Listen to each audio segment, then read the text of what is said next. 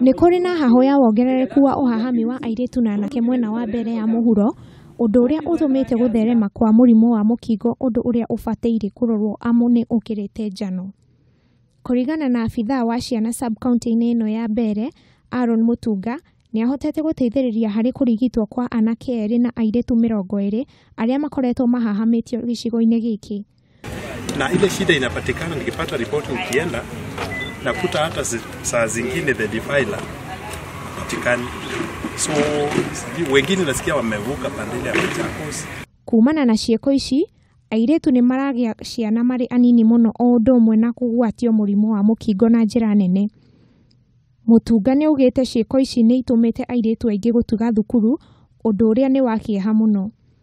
Maũndũ maya mothe makuruhanĩtio nĩ ũhũthĩri wa bangi, kũrĩa rĩu maabithaa a borithi morĩtio kũhũrana na thĩna ũyũ ũtananina rũrĩrĩ rwa rũciũ.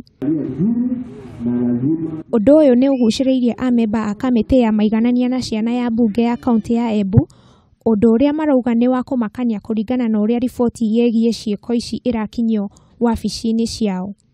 Kesi nyingi sana zinafichwa na kwamba kumeibuka tabia ya relatives, uncles, brothers kunajisi watoto, na tabia nyingine ni ya watu wa jamii kuficha, cover up hao watu. Tusingojee dhambi izae mauti.